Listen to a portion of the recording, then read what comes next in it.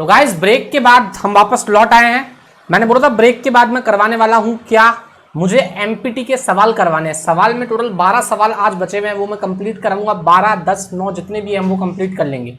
तो हम ये सवाल कहां से कर रहे हैं, क्वेश्चन नंबर 11 जो तुम्हारी स्क्रीन पे दिखाई दे रहा है, ये क्वेश्चन नंबर 11 कहां से लिया गया है? ये क्वेश्चन नंबर 11 लिया गया है प्रैक्टिस मैनुअल ओल्ड कोर्स से। तो आप ओल्ड कोर्स का प्रैक्टिस मैनुअल डाउनलोड कर लीजिए। अगर आप ओल्ड कोर्स का प्रैक्टिस मैनुअल डाउनलोड करना चाहते हैं तो आईसीए की साइट पे जाइए। आईसीए की साइट पे जाके स्टूडेंट सेलेक्ट कीजिए। स्टूडेंट सेलेक्ट करने के बाद फाइनल कोर्स सेलेक्ट कीजिए। फाइनल कोर्स में न्यू नहीं ओल्ड में जाइए। ओल्ड में प्रैक्टिस मैनुअल एसएफएम पर क्लिक कीजिए। एसएफएम के प्रैक्टिस मैनुअल पे क्लिक कीजिए। प्रैक्टिस मैनुअल का चैप्टर नंबर 7 डाउनलोड कीजिए और उस चैप्टर का क्वेश्चन नंबर 11 आपकी स्क्रीन पे नजर आ रहा है। अब गाइज आप बोलेंगे हम प्रैक्टिस मैनुअल पुराने क्वेश्चंस क्यों कर रहे हैं? प्रैक्टिस मैनुअल मतलब पास्ट एग्जाम के क्वेश्चंस। अब हम क्वेश्चंस एग्जामिनेशन के क्वेश्चंस कर रहे हैं जो एग्जाम में आते हैं सीधे के सीधे, या जो एग्जाम में आए हुए हैं वो क्वेश्चन हम एमपीटी थ्योरी के कर रहे हैं, मतलब मॉडर्न पोर्टफोलियो थ्योरी। तो मॉडर्न पोर्टफोलियो थ्योरी के ये सारे क्वेश्चंस हैं, मैं लाइन टू लाइन करे जाऊंगा। आप लोगों को बस मेरा साथ देना है। लगभग 90% क्वेश्चंस आपको खुद आते हैं, पर फिर भी हम एक बार रीड करेंगे और ढंग से समझेंगे हर चीज को।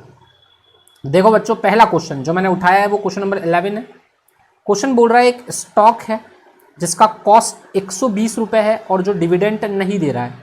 एक स्टॉक जिसका कॉस्ट 120 रुपये दिया हुआ है जो डिविडेंड नहीं दे रहा है गाइज।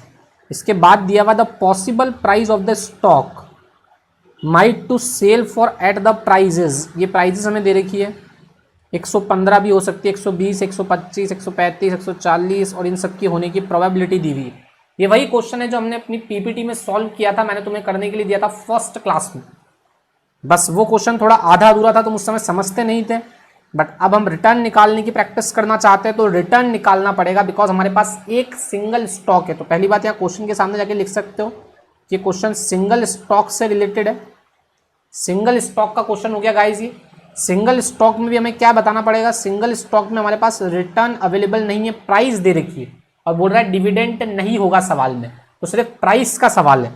तो अब हम क्या करेंगे? प्राइस का सवाल है तो गाइज सभी लोग मेरे साथ बताएंगे प्राइस का सवाल है और हमें दो चीजें कैलकुलेट करनी है। एक करना है एक्सपेक्टेड रिटर्न और एक करना है स्टैंडर्ड डेविएशन। तो गाइज मैं ये बोलूँ कि हम बिना सॉल्यूशन को देखे हुए डायरेक्टली क्या करेंगे, हम बोलेंगे 120 P0 हो गया, बाकी सारी प्राइजेस P1 होगी। तो P1 minus P0 divided by P0 multiply by 100, तो रिटर्न आ जाएगा। उस रिटर्न को प्रोबेबिलिटी से मल्टीप्लाई करेंगे तो हमारी एक कॉलम बन जाएगा PX। उस PX की टोटल होगी एक्सपेक्टेड रिटर्न और उसका स्टैंडर्ड डेविएशन अगर हमें निकालना होगा तो स्टैंडर्ड डेविएशन के लिए कॉलम बनेगा PX माइनस X बार का होल स्क्वायर। सारी बातें दिमाग में आ जानी चाहिए। तो देखिए हम एक बार थोड़ा सा सॉल्यूशन कर लेते हैं, फिर हम आंसर की तरफ मूव करेंगे। तो अगर मैं तुम्हें बोलूँ कि गाइस एक छोटा सा कॉलम आप मेरे साथ या मेरी मदद करने के लिए बनाएंगे सभी लोग, तो बनाएंगे गाइस? चलो ठीक है, स्टार्ट करते हैं हम भी वो कॉलम बनाना। एक सेकेंड गाइस, होल्ड ऑन।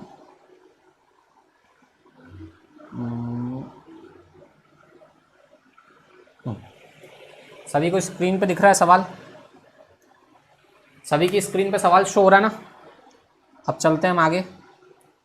हम थोड़ी सी सवाल में यहाँ प्रैक्टिस कर लेते हैं ताकि हमें समझ में आ जाए कि हमें आगे क्या करना है। तो देख लीजिए गाइस, अब हमें क्या करना पड़ेगा, हमें यहाँ एक कॉलम बनाना चाहिए रिटर्न का और एक कॉलम बनाना चाहिए PX का। तो इस PX के कॉलम की टोटल से और रिटर्न के कॉलम की टोटल से ये PX का कॉलम बन गया और यहाँ बीच में हम चलो रिटर्न का कॉलम बना देते हैं और PX इसके आगे बना देंगे ताकि कंफर्टेबल रहे हम लोग। और यहाँ बना देते हैं हम रिटर्न का कॉलम। तो ये हो जाएगा रिटर्न और सॉरी ये हो जाएगा PX। यार क्या हो रहा है, यहाँ हम PX का कॉलम बना देते हैं। तो हम बोलेंगे ठीक है PX का कॉलम बना देंगे, मतलब रिटर्न को जब हम मल्टीप्लाई करेंगे तो रिटर्न निकाल लेते हैं पहले।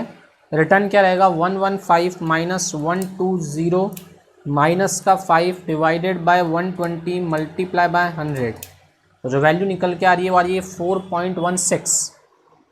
तो पहली वैल्यू जो रिटर्न की मुझे दिख रही है वो है 4.16। तो पहली वैल्यू गाइज आ रही है कितना, हमने कहा पहली वैल्यू आ रही है 4.16। तो ये हमारी पहली वैल्यू आ रही है। दूसरी वैल्यू क्या रहेगी, 120 minus 120 divided by 120 multiply by 100। तो वैल्यू 0 हो गई।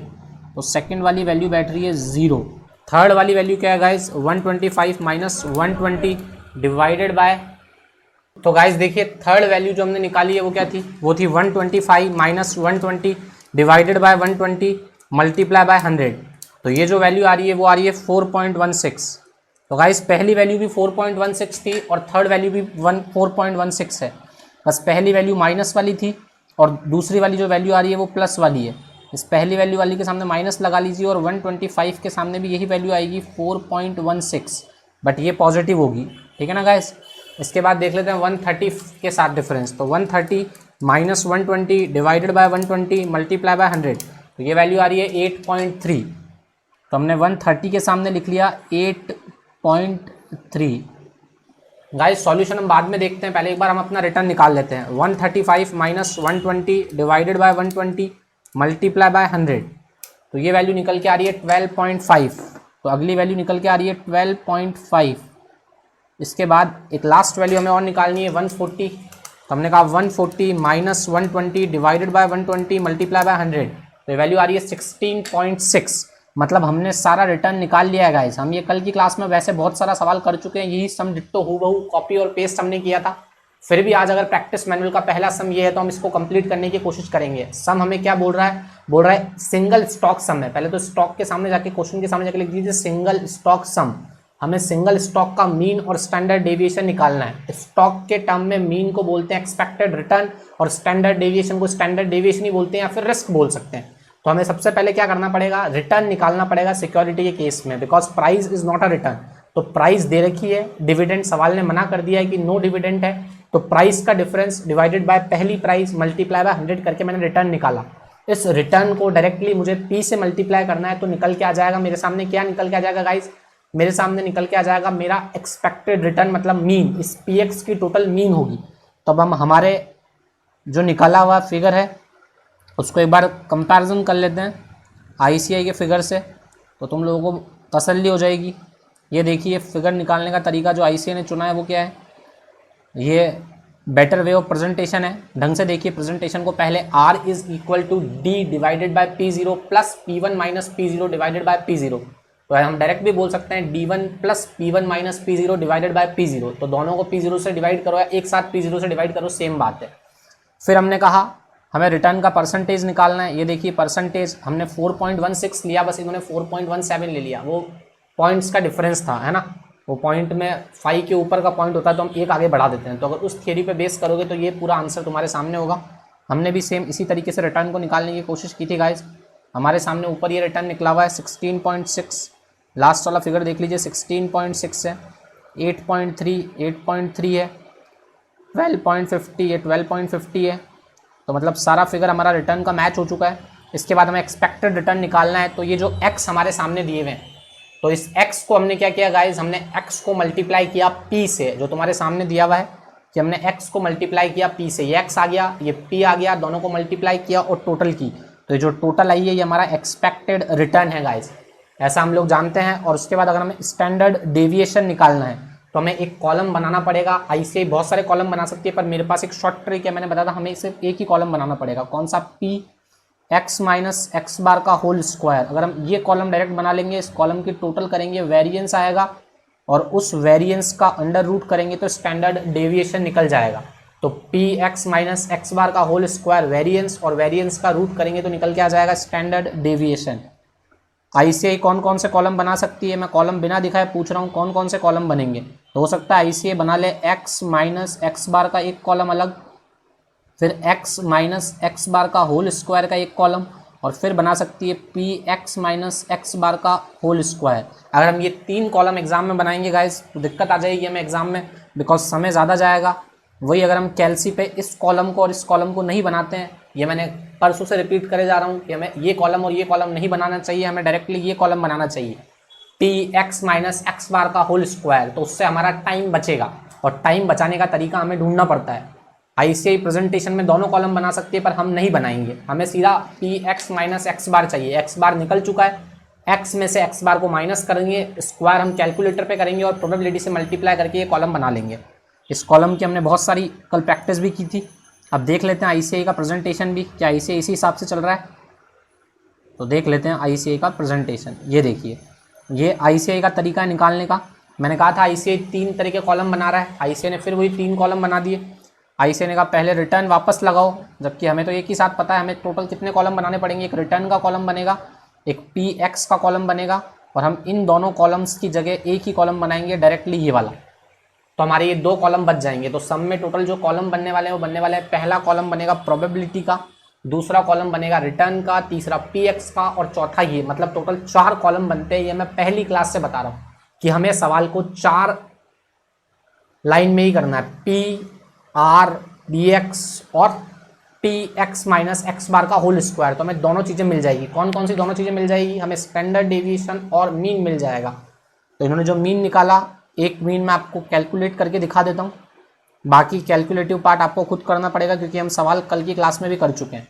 तो कैसे किया होगा इन्होंने, हमारा जो मीन आया था वो मीन का फिगर एक बार देख लेते हैं कि मीन का फिगर क्या निकाला था।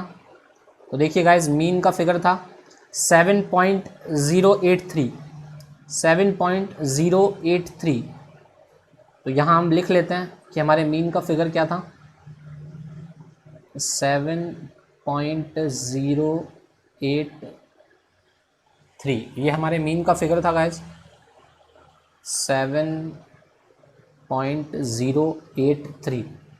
मतलब हमें क्या करना है, x माइनस एक्स बार, तो हमें 4.17, ये खुद माइनस में है, इसमें अगर किसी चीज़ को माइनस करेंगे तो वह ऐड हो जाएगी, तो हमें 7.083 ऐड करना पड़ेगा। तो हमने इसमें ऐड कर दिया, ऐड करने के बाद जो वैल्यू आएगी हम उसको डबल कर देंगे, क्योंकि हमें तो कॉलम बनाना ही नहीं है बोला, वैल्यू को डबल किया, डबल करने के बाद हमने प्रोबेबिलिटी से मल्टीप्लाई कर दिया, जो प्रोबेबिलिटी है 0.1, तो मल्टीप्लाई करके हमें जो फिगर मिला वो मिला 12.66। ये देखिए हमने डायरेक्टली इस कॉलम तक पहुंच गए 12.66 से।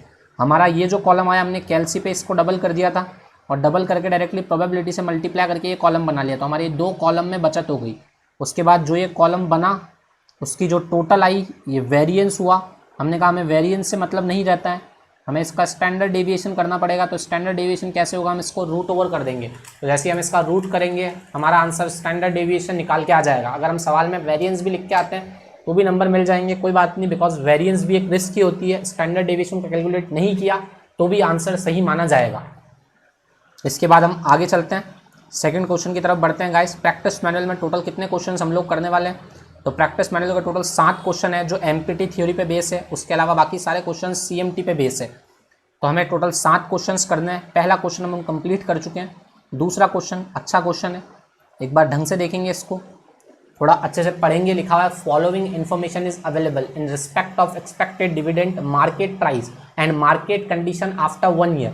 हमने एक सीजन का क्वेश्चन किया था, मैंने कहा था इसमें विंटर है और समर है, वैसे यहाँ पे बोला है 3 तरह की मार्केट कंडीशंस रह सकती है, गुड, नॉर्मल और बैड, और तीनों के रहने के चांसेस मतलब प्रोबेबिलिटी दी हुई है 0.25, 0.50 और 0.25। तो हमें मार्केट कंडीशन वाले कॉलम से वैसे कोई ज़्यादा मतलब है नहीं, हमें मतलब है प्रोबेबिलिटी वाले कॉलम से, मार्केट प्राइस वाले कॉलम से और डिविडेंड वाले कॉलम से।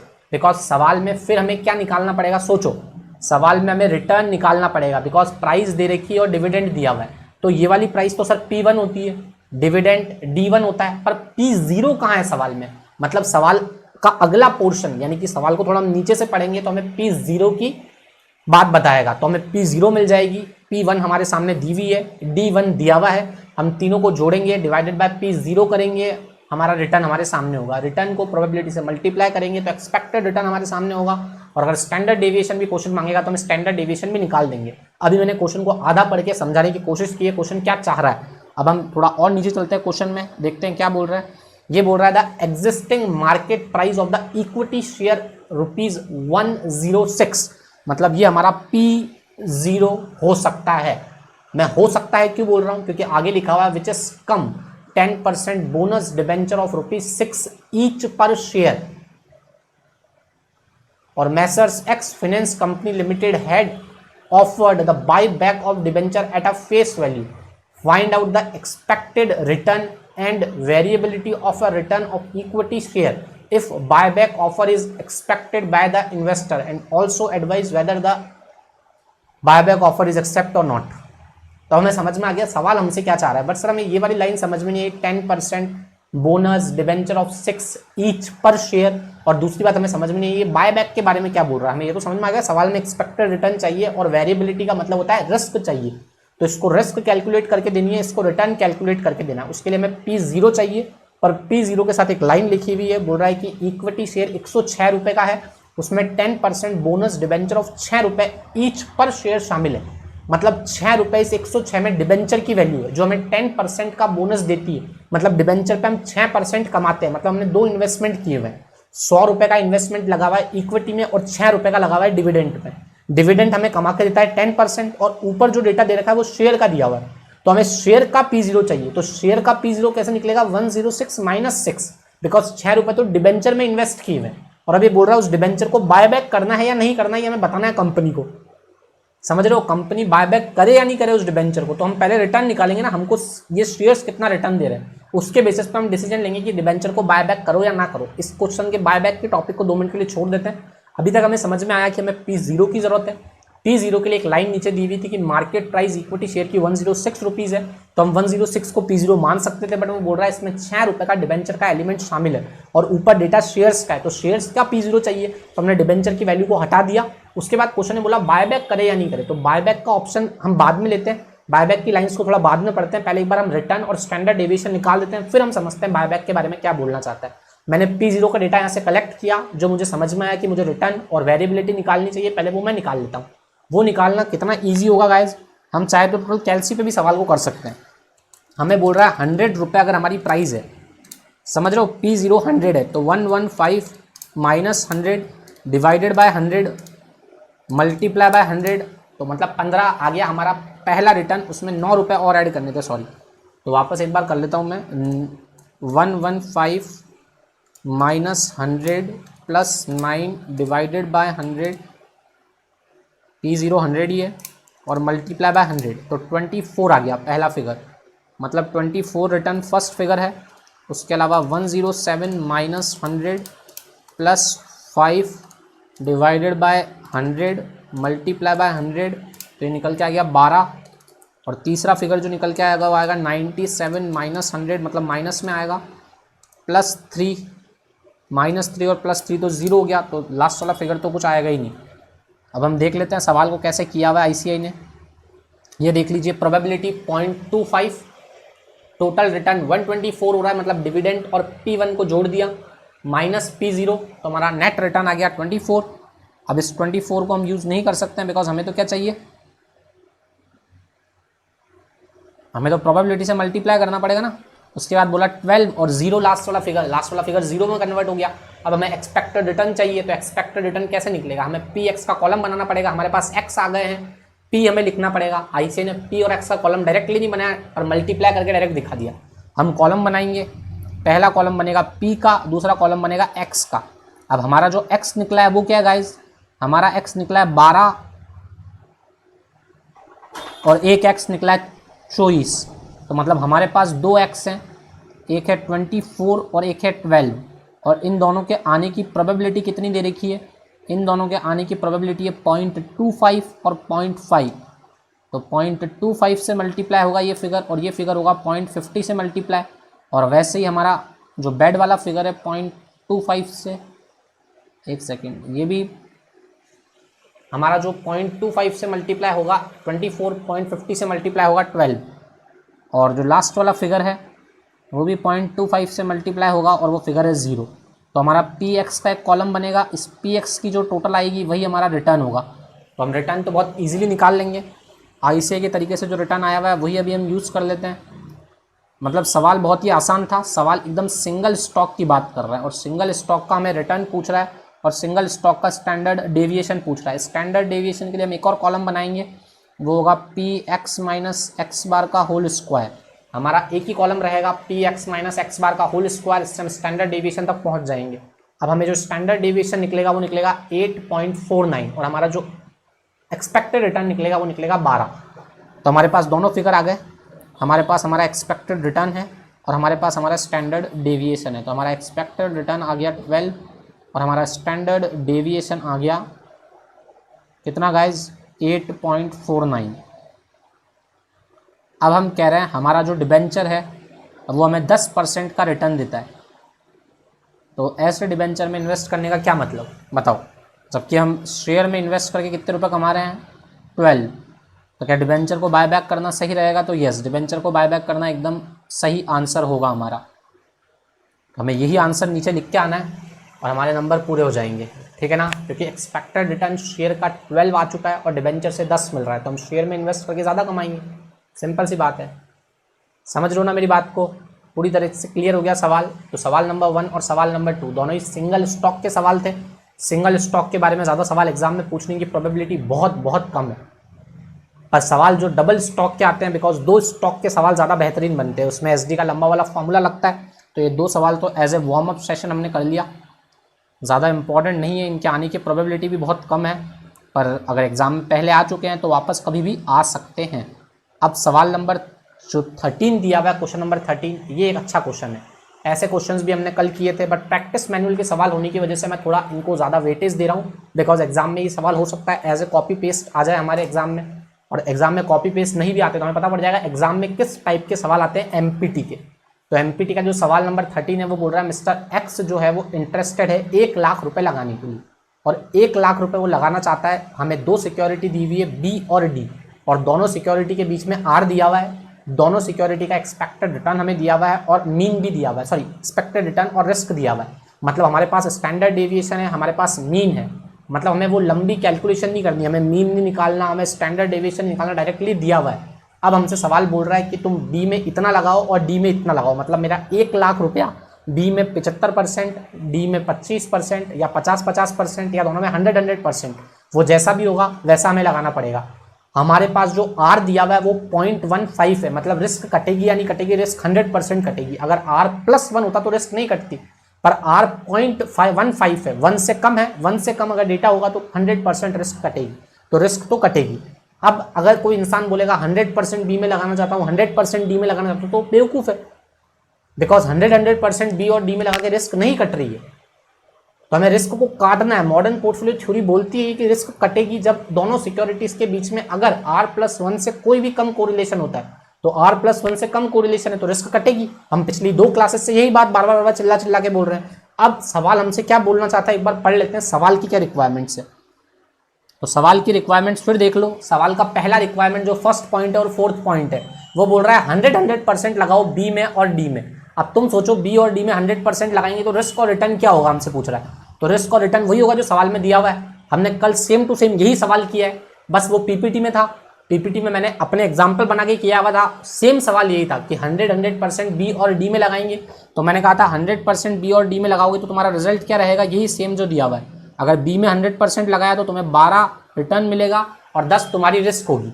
और वही अगर तुम 100% डी में लगाओगे तो तुम्हारी 18 रिस्क होगी और 20 तुम्हारा रिटर्न होगा। तो मेरे हिसाब से डिसीजन बेवकूफ़ी वाला डिसीजन है फर्स्ट सवाल जो पूछ रहा है। और जो फोर्थ पूछ रहा है, ये सवाल एग्जाम में हमेशा पूछते हैं, सवाल इसी टाइप का बन के आता है। तो फर्स्ट और फोर्थ का आंसर तो कोई बच्चा भी दे सकता है बिना कैलकुलेशन के। ये दोनों में जो पैसा लगाया उसने वो बेवकूफ़ी की है, बिकॉज इन दोनों में पैसा लगाने का कोई मतलब नहीं। जबकि हमें पता है मॉडर्न पोर्टफोलियो थोड़ी बोलती है सिंगल स्टॉक में पैसा मत लगाओ, सिंगल स्टॉक में पैसा मत लगाओ, पोर्टफोलियो में पैसा लगाओ। हमने मॉडर्न पोर्टफोलियो थ्योरी से पूछा पोर्टफोलियो में क्यों लगाए, तो उसने कहा देखो तुम्हारे को अगर एक स्टॉक में पैसा लगाना तो एक स्टॉक की रिस्क मिलेगी और एक स्टॉक का रिटर्न मिलेगा। पर अगर पोर्टफोलियो में लगाओगे तो हो सकता है ना जो रिस्क हो वो रिस्क कट जाएगी। क्यों? बिकॉज 2 सिक्योरिटीज के बीच में कोरिलेशन होता है। अगर मान लो सिक्योरिटी में ये कोरिलेशन है तो तुम्हारी सिक्योरिटी का, तो तुम्हारे पोर्टफोलियो का रिटर्न क्या रहेगा यहाँ बीच में, बिकॉज एक ऊपर भागेगी एक नीचे भागेगी, तो तुम कभी भी नहीं भागोगे, तो तुम हमेशा बीच में रहोगे। ये मॉडर्न पोर्टफोलियो थ्योरी बोलती है कि तुम अपने रिटर्न में स्टैंडर्ड डेविएशन को ही खत्म कर लोगे अगर R-1 है 2 सिक्योरिटीज के बीच में। पर अगर 2 सिक्योरिटी के बीच में R+1 है तो तुम सिक्योरिटी के साथ ही तुम्हारा मूवमेंट रहेगा, तो तुम रिस्क को काट नहीं पाओगे। R+1 का मतलब दोनों एक साथ ऊपर नीचे होगी, तो तुम भी अगर तुम्हारा पोर्टफोलियो भी तो वो तो एक साथ भागेगा ऊपर नीचे। पर अगर R+1 से थोड़ा सा भी कम होती है तो तुम हमेशा यहाँ रहोगे, मतलब तुम्हारी रिस्क तो कटेगी कटेगी। इसलिए एक स्टॉक में पैसा मत डालो, हमेशा 2 या 3 स्टॉक में पैसा डालो ताकि तुम अपनी रिस्क को कम कर सको। समझ रहे हो, हम पिछली 2 क्लासेस से यही बात डिस्कस करते हुए आ रहे हैं। अब हमें सवाल बोल रहा है कि फर्स्ट और फोर्थ ऑप्शन 100% लगाओ दोनों में, तो ये बेवकूफ़ी है, बिकॉज दोनों सिक्योरिटी के बीच में कोरिलेशन 0.15 है, 1 से कम है तो रिस्क तो कटेगी, क्योंकि 1 होता तो हम यहाँ खड़े होते और हम इसी के साथ साथ हमारा पोर्टफोलियो रन करता। तो कभी भी रिस्क कट नहीं पाती। हमारी रिस्क क्या होती है, 50% इसका और 50% इसका, दोनों को जोड़ते ही रिस्क होती, तो इसमें कटी कहाँ, पर कटेगी, इससे भी कम होगी रिस्क ड्यू टू को रिलेशन। अब हम बात करते हैं सेकंड, हमसे पूछ रहा है 50-50% लगाओ, किसमें, बी में और सी में। अगर मैं बोलूँ ये जो 50-50% लगा रहा है, फिर बोल रहा है 75% और 25% लगाओ, अब मैं बोलता हूँ ये भी गलत वेट है एक्चुअल में, ये 50 और 50 का वेट, 75 और 25 का वेट, मैं चाहता हूँ बी और डी में मुझे मिनिमम रिस्क हो जाए। तो मिनिमम रिस्क करने के लिए जो मुझे वेट लगेगा ना, वो वेट होता है मिनिमम रिस्क पोर्टफोलियो का वेट। अब ये जो वेट लगा रहा है 50 और 50, जरूरी नहीं है बी और डी में ये वेट लगा के वो मिनिमम कर सके रिस्क को, या फिर 75% और 25% लगा के रिस्क को मिनिमम कर सके। इसलिए मिनिमम रिस्क पोर्टफोलियो का वेट अगर हम निकाल लेते हैं तो हमें और ज्यादा हेल्प हो जाएगी। पर सवाल ने हमसे मिनिमम रिस्क पोर्टफोलियो का वेट नहीं पूछा है, सवाल बोल रहा है 50-50% लगाओ और शांति से हमें आंसर दो, मिनिमम रिस्क हमें मत बताओ, हम तो 50-50% लगाएंगे। ठीक है भाई, अगर तुम 50-50 लगाओगे तो तुम्हारा रिटर्न क्या होगा, बता दो 50-50 के केस में रिटर्न क्या होगा। बहुत ही सिंपल बात है, 50-50 के केस में रिटर्न क्या होगा, 0.5 मल्टीप्लाई बाय 12 का, अब हमें 12 का 0.5 मिलेगा और 0.5 मिलेगा 20 का, समझ रहे हो, 0.5 हमें 20 का मिलेगा मतलब 10, और 12 का 0.5 मतलब 6, तो हमारे पोर्टफोलियो का रिटर्न क्या होगा, 6 और 10 मतलब 16। तो ये तो पोर्टफोलियो का रिटर्न सामने है तुम्हारे, कि जब तुम 50-50% दोनों में लगाओगे तो इसका 50%, इसका 50%, इसके 12 का 50%, इसके 20 का 50%, खत्म हो गया। पर मैंने कहा जो दोनों की रिस्क होगी वो क्या रहेगी, तो तुमने कहा सर रिस्क भी सेम इसी तरह से हम निकाल लेते हैं। भाई कोई बच्चा पहली बार क्लास देख रहा होगा तो बोलेगा सर रिस्क में भी क्या है, 0.5 multiply by 18 plus 0.5 multiply bye 20, यही हमारी रिस्क होगी, मतलब ये 9 प्लस 10, ये रिस्क मान लो हमारी। तो हमने कहा ये क्या कह रहे हो गाइस, सॉरी शायद हमने डेटा थोड़ा सा कॉपी करने में मिस्टेक कर दिया है। हाँ, तो रिस्क का डेटा क्या है, 0.5 multiply by 10 plus 0.5 multiply by 18, तुम बोलोगे ये आपका रिस्क होगा, पर ये रिस्क नहीं होगा। समझ रहे हो ना मेरी बात को, दोनों के बीच में प्लस किया हमने बोला 0.5 10 का ले लो और 0.5 18 का ले लो, जैसे रिटर्न का लिया, बस वही हमारी रिस्क होगी। इसका 0.5 रिस्क मिलेगा हमको, अब इसका 0.5 मिलेगा, मतलब 10 का 0.5 और 18 का 0.5। बट मैंने कहा ऐसा नहीं होता है, यही तो मॉडर्न पोर्टफोलियो थ्योरी बोल रही है कि ऐसा नहीं होता है। ऐसा क्यों नहीं होता है, बिकॉज इन दोनों सिक्योरिटीज के बीच में को रिलेशन है। को रिलेशन जो बोलता है पॉजिटिव और नेगेटिव सिक्योरिटी, एक सिक्योरिटी अगर भागेगी तो दूसरी सिक्योरिटी तुम्हें कम देगी, अगर उनके बीच में नेगेटिव को रिलेशन है तो इसका रिटर्न बढ़ेगा, इसका रिटर्न कम होगा, तो तुम्हारा रिटर्न हमेशा बीच में रह जाएगा, तो तुम्हारी रिस्क तो खत्म हो गई ना। ऐसा हमने एक सवाल करा था समर और विंटर का क्लास नंबर 2 में, मैंने बोला था मान लो समर में आइसक्रीम का रिटर्न 20% है और विंटर में आइसक्रीम का रिटर्न 10% है। वैसे ही वुलन क्लोथ, मतलब अगर हम वुलन क्लोथ में जाते हैं तो वुलन क्लोथ का रिटर्न बिल्कुल अपोजिट होगा, वो समर में तो होगा 10% और विंटर में होगा 20%। फिर मैंने कहा दोनों में 50-50% लगा दो, तो तुम बताओ तुम्हारा लाइफ टाइम के लिए तुमने रिटर्न फिक्स कर लिया था उस सवाल में, कैसे, तुमने बोला हम आधा पैसा वुलन में लगाएंगे और आधा पैसा आइसक्रीम में लगाएंगे, तो मैंने कहा तुम्हारे को जिंदगी में कभी भी रिस्क झेलनी नहीं पड़ेगी, क्योंकि तुम्हारा रिटर्न तो तुमने 15 कर दिया था सवाल में। तुमने बोला वुलन का 50% और आइसक्रीम का 50%, मैंने कहा था आइसक्रीम का एक्सपेक्टेड रिटर्न कितना निकल के आ रहा है 15 और वुलन का 15, मैंने कहा इसके 15 का 50%, इसके 15 का 50%, मतलब तुमने अपना रिटर्न ऑलवेज लाइफ टाइम के लिए फिक्स कर दिया था, क्योंकि रिस्क तो रिटर्न में फ्लक्चुएशन से ही तो आती है। रिस्क का मतलब होता है रिटर्न में फ्लक्चुएशन होना चाहिए, जब रिटर्न में फ्लक्चुएशन ही नहीं होगा तो रिस्क कैसे रहेगी।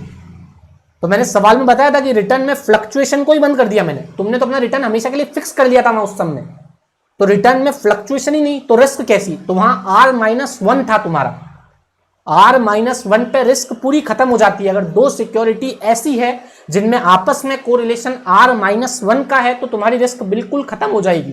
तो इसीलिए ये फॉर्मूला हमें गलत आंसर दे रहा है, इस फॉर्मूला में हमें कुछ और डेटा की जरूरत पड़ेगी। मतलब क्या चाह रहा हूं मैं चाह रहा हूं इस डेटा में मैं कोवेरियंस, जो मुझे दोनों सिक्योरिटी का रिलेशनशिप बताता है, उसको ऐड कर देता हूं और उस को रिलेशन को भी वेट दे देता हूं 0.5 और 0.5। तो मैंने एक फॉर्मूला डिजाइन किया था तुम्हारे लिए, मैंने कहा था ये फॉर्मूला कैलकुलस की हेल्प से निकला है, बिकॉज तुमने कहा इसका 0.5 इसका 0.5, मैंने कहा वो तो गलत हो गया, बिकॉज इसमें कोवेरियंस जोड़ना पड़ेगा। कोवेरियंस को रिलेशन को इंडिकेट करता है, तो कोवेरिएशन क्या होगा, एक्स और वाई, एक्स और वाई का कोवेरियंस भी हमें 50-50% लेना पड़ेगा ना, बिकॉज कोवेरियंस दोनों का होता है। जब तुमने स्टैंडर्ड डेविएशन लिया इसका 50% इसका 50%, तो कोवेरियंस तो दोनों का है, तो इसको वेट और वेट से मल्टीप्लाई करना पड़ेगा कोवेरियंस को, मैंने कहा था सिर्फ कोवेरियंस को वेट और वेट से ही मल्टीप्लाई करना नहीं पड़ेगा, बल्कि 2 भी इसके आगे लगाना पड़ेगा। तो जो फॉर्मूला बनेगा वो क्या बनेगा, weight square standard deviation square plus weight square into standard deviation plus 2 into weight into cov. और कॉव को हटा के हम लिख सकते हैं R S D multiply by S D, because R का फॉर्मूला होता है covariance divided by standard deviation multiply by standard deviation. तो हम स्टैंडर्ड डेविएशन को अगर आर के साथ मल्टीप्लाई करते हैं तो हम कोवेरियंस तक पहुंच जाते हैं। ये सारी बातें कल क्लास में डिस्कस हो गई, भर भर के ज्ञान दिया मैंने। तो हम यहाँ तो डायरेक्टली फॉर्मूला लगा के भी कर सकते हैं, पर मुझे लगा एक बार समझा देता हूँ, क्योंकि 2 सिक्योरिटी का पहला सम है प्रैक्टिस मैनुअल का।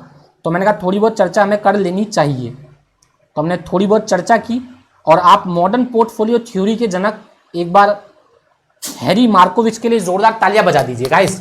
तुम खुद सोचो यार, उसके लिए तालियां क्यों नहीं बनती है। उस बंदे ने इतनी बड़ी बात बता दी कि सिंगल सिक्योरिटी में इन्वेस्टमेंट कभी मत करो।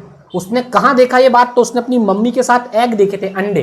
उसने कहा अगर एक अंडा कटोरी में रखे हुए सारे अंडे, तो अगर एक खराब होगा तो सबको खराब कर देगा, बट अगर अलग अलग पैसे को फैला लेंगे, तो उसने बोला तुम्हारे पैसे के खराब होने की रिस्क कम हो जाएगी। तो हमने उससे पूछा रिस्क खराब होने की कम क्यों होगी, तो उसने सिक्योरिटी पे इस थ्योरी को इंप्लीमेंट किया और बताया कि 2 सिक्योरिटी के बीच में कोरिलेशन होता है, तो उस कोरिलेशन की वजह से रिस्क जो तुम सोच रहे हो उससे भी कम हो जाएगी। और हमने कहा सल्यूट हो बॉस, क्या बोले हो मॉडर्न मार्कोविच। इसलिए मार्कोविच का नाम मार्कोविच रखा गया बच्चों। तुम्हारा नाम इसलिए मार्कोविच नहीं क्योंकि तुम जो थ्योरी समझ रहे हो, तुम थ्योरी बनाओ। तुम सोचोगे क्या कह रहा है ये इंसान, बेटा थ्योरी बनानी पड़ती है तो तुम्हारा नाम होता है। थ्योरी समझाने वाले का कभी नाम हुआ है नहीं। अगर थ्योरी समझाने वाले का नाम होता तो शायद मेरा नाम अमर हो जाता, और तुम समझने वाले हो तुम्हारा नाम भी अमर हो जाता। पर क्या करें, हम मजबूर हैं। तो आइए मजबूरी में हम आंसर देते हैं।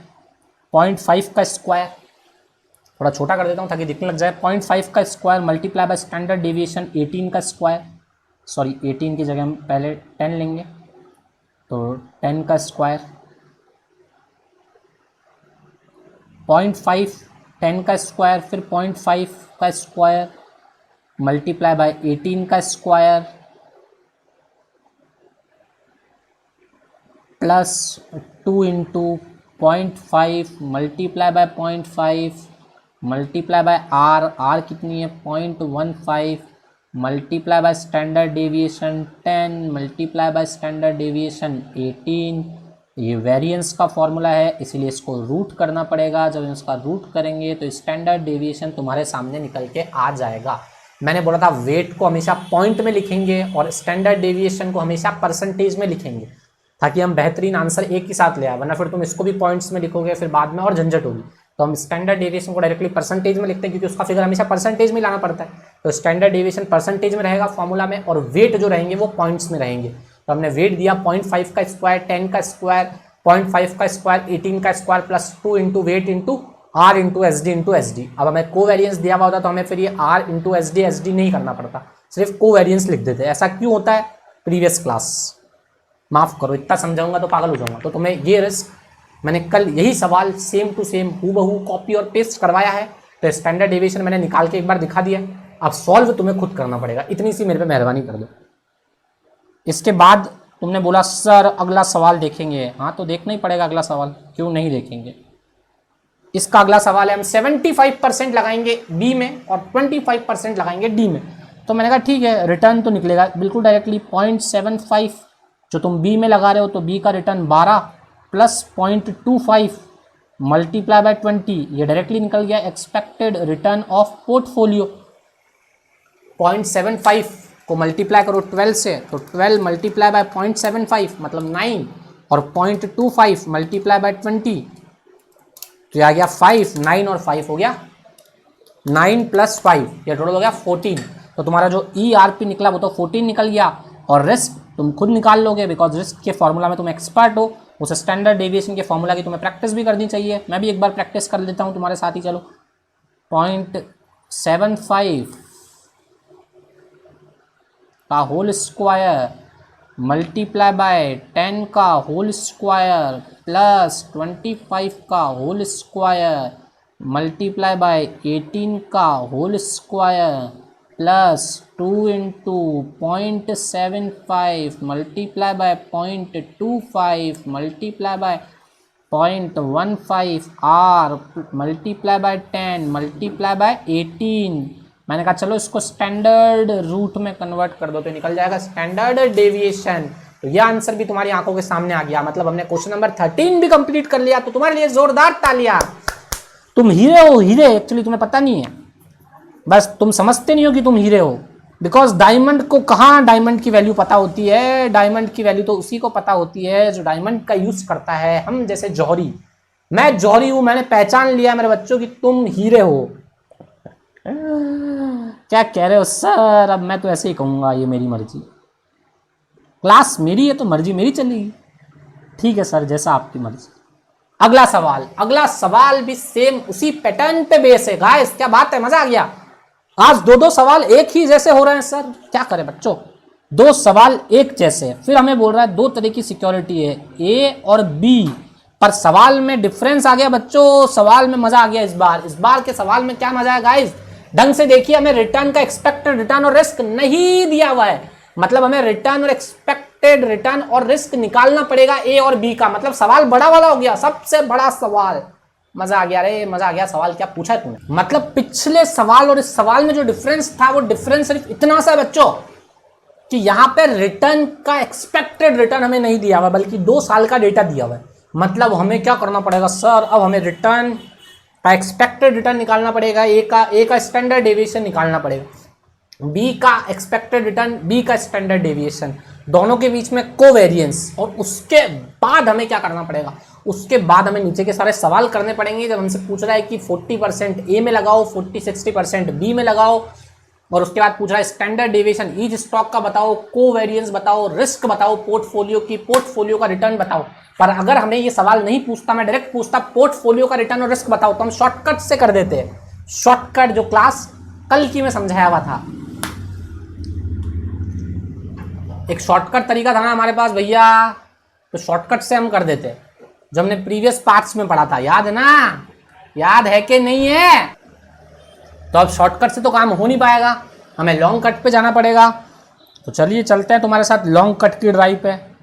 10 + 16, 12 + 18 डिवाइडेड बाई 2। तो मैंने कहा 10 + 16 डिवाइडेड बाई 2 मतलब 13 हमारा रिटर्न है। और उसके अलावा 12 + 18 डिवाइडेड बाई 2 मतलब 15 हमारा रिटर्न है। क्या बात है, रिटर्न तो 2 मिनट में निकल गया, बिकॉज 2 ही फिगर थे 13 और 15। तो अगर मैं बोलूँ इनका मीन क्या होगा, इनका एक्सपेक्टेड रिटर्न क्या होगा, जिसका हमें 1 नंबर मिलने वाला है, नहीं मिलने वाला, कोई बात नहीं, पर निकालना तो पड़ेगा। एक्सपेक्टेड रिटर्न हमारे सामने आ चुका है। अब हमें चाहिए क्या, इसका एक्सपेक्टेड रिटर्न था 13 और इसका एक्सपेक्टेड रिटर्न था 15। तो हमने कहा 10 - 13 जो निकल के आया 3 मल्टीप्लाई बाय 3 मतलब 9। तो हमें 9 का फिगर यहाँ लिख लेना चाहिए। ये हमारा जो कॉलम बन रहा है, इस कॉलम का नाम हम क्या लिख रहे हैं बच्चों, इस कॉलम का नाम हमारा होगा, यहाँ जो कॉलम बनाएंगे वो होगा x बार का होल स्क्वायर, एक बनाएंगे y बार का होल स्क्वायर। तो जब हम x - x बार का होल स्क्वायर करेंगे तो हम बोलेंगे 10 - 13 जो वैल्यू निकलेगी मल्टीप्लाई बाय डबल, तो हमारा वैल्यू हो गया 9। उसके अलावा हम करेंगे 16 - 13 तो हमारा वैल्यू वापस 3, फिर वैल्यू होगा 9, तो ये वैल्यू हो गया 18। अब हम बोल रहे हैं इस 18 का रूट कर दीजिए, तो 18 का रूट हमने किया x - x बार मतलब 9 + 9 18 हो गया है। हमारी ये टोटल 18 आ गई। हमारा वेरिएंस का फॉर्मूला है, इसका 18 डिवाइडेड बाई 2 करना पड़ेगा पहले 9, फिर 9 का अंडर रूट करना पड़ेगा, तो रिस्क आएगी 3। वाह क्या बात है।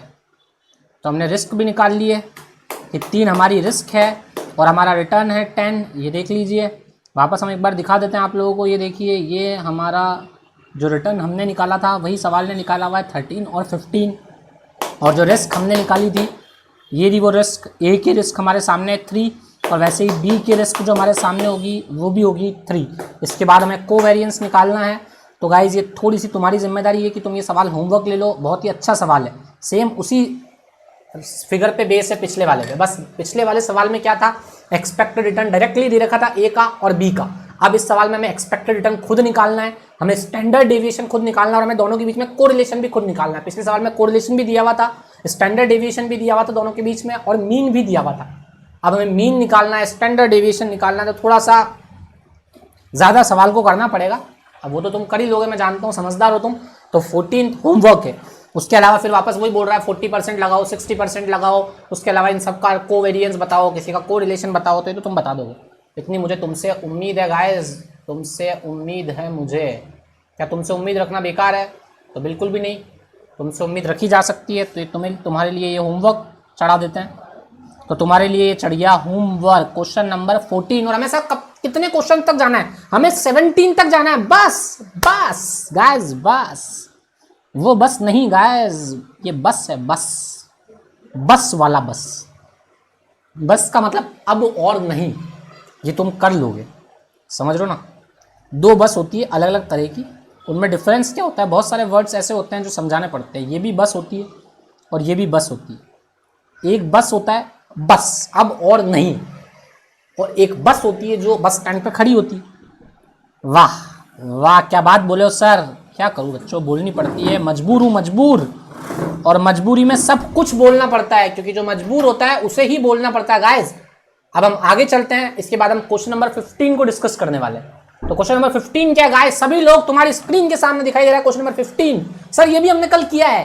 क्या करूं, हमने सब कर लिया, हम भी एक्सपर्ट हैं।